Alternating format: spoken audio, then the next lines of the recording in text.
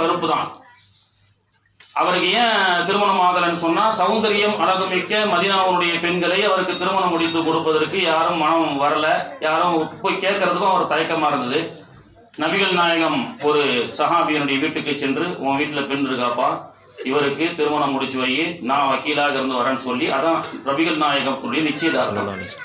அவரும் யோசித்தார், இவர் ஆப்பிரிக்காவில இருந்து வந்திருக்காரு, நம்ம வீட்டுக்குள்ள அழகு சௌந்தரியமிக்க பிள்ளையாக இருக்கேன்னு சொல்லி. ஆனா அந்த அழகு சௌந்தரியமிக்க பிள்ளை நபிகள் நாயகம் மாப்பிள்ளையினுடைய கலரோ அதெல்லாம் வேண்டாம், அவருடைய ஒழுக்கத்தை சிபாரிசு செய்து நபிகள் நாயகமே வந்து நம்ம வீட்டுல என்ன பெண்ணு கேட்கறாங்கன்னு சொன்னா இவருடைய எதிர்காலம் ரொம்ப சிறப்பா இருக்கும்னு சொல்லி அந்த நிச்சயதார்த்தம் நபிகள் நாயகத்தினுடைய தலைமையிலே நடைபெறுகிறது. திருமணம் என்பது எப்படி நபிகள் நாயகத்துடைய சுன்னத்தோ, ஒரு ஆண் இந்த பெண்ணை திருமணம் முடிக்க போகிறார் என்று நிச்சயம் செய்யப்படுவதும் ஒரு சுன்னத்து தான். இது ஆதிபிதா ஆதம் நபி ஹஜ்ஜி உம்ரா சர்வீஸ் நடத்துறாங்க.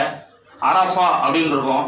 இலங்கையில இறங்கின ஆதிபிதா ஆதம் தான் இங்க இருந்து நடந்து எங்க செய்யறாரு, அரஃபாவுக்கு போறாரு. அங்கே காணாமல் போனுடைய அம்மா அவ்வா அம்மாவை அங்க கண்டுபிடிச்சு அரஃபாவில் நிச்சயதார்த்தம் நடக்குது.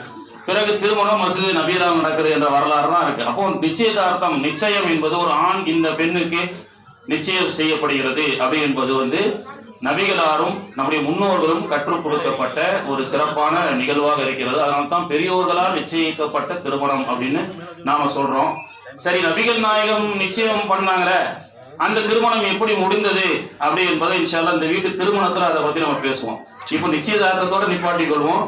அந்த திருமணம் நபிகள் நாயகம் எப்படி பண்ணி வச்சாங்க, அவங்க எப்படி வாழ்ந்தாங்க என்ற வரலாறை இன்ஷால்லா இதே நிச்சயம் செய்யப்பட்ட திருமணத்துல இன்ஷால்லா இந்த திருமண வைபவ விழாவில அந்த தொடரை இன்ஷால்லா நம்ம பார்ப்போம் என்று கூறிவிட்டு, இன்ஷால்லா இப்போ மணமகன் மணமகளுடைய விவரம், அவர்கள் சம்பந்தப்பட்ட விஷயத்தை இன்ஷால்லா ஆற்றங்கரை ஜும்மா பள்ளிவாசலுடைய இமாம் ஹசரத் அவர்கள் இன்ஷால்லா அந்த விவரத்தை சொல்லுவாங்க.